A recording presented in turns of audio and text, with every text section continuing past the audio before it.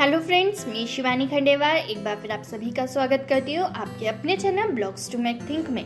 लघु कथा प्रतियोगिता श्रृंखला के आज दूसरे दिन हम आपके लिए ला रहे हरदा की संध्या पांडे जी द्वारा लिखी गई एक लघु कथा जिसका शीर्षक है भाभी माँ। आइए उनकी जबानी सुनते हैं उनकी कहानी। मेरी लघु कथा का शीर्षक है भाभी माँ। नरेश जी और सरिता जी अपनी कॉलोनी के बड़े आदर्श, सुखी, संपन्न दंपत्ति माने जाते थे। अपनी वृद्धावस्था के प्रथम पड़ाव को वे आनंद से जी रहे थे। न कोई परेशानी, न चिंता। समय रहते उन्होंने अपनी जिम्मेदारियों को पूरा कर दिया था। उनके चारों बच्चों की शादी अच्छे संभ्रांत परिवार में हुई थी। दोनों बेटे और दोनों बेटियां सुखी संपन्न बड़े बड़े शहरों में सेटल हो गए थे। साल में होली, दिवाली, कभी गर्मी की छुट्टियों में बच्चे आते और खुशी से घर भर जाता था। बच्चे खूब धमाल मचाते।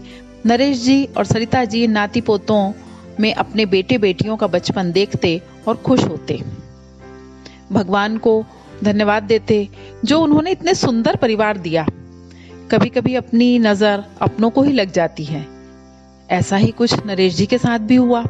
अचानक से सरिता जी को कोरोना हो गया और वो सबका साथ छोड़कर चली गईं।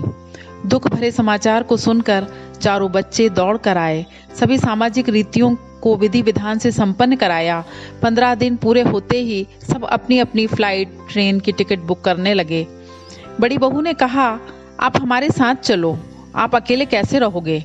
नरेश जी ने कहा, बेटा मैं अकेला कहाँ हूँ, यहाँ पर तुम्हारी माँ, तुम्हारी मम्मी की याद है, उसकी खुशबू है, उसी के सानिध्य में समय बिता लूंगा।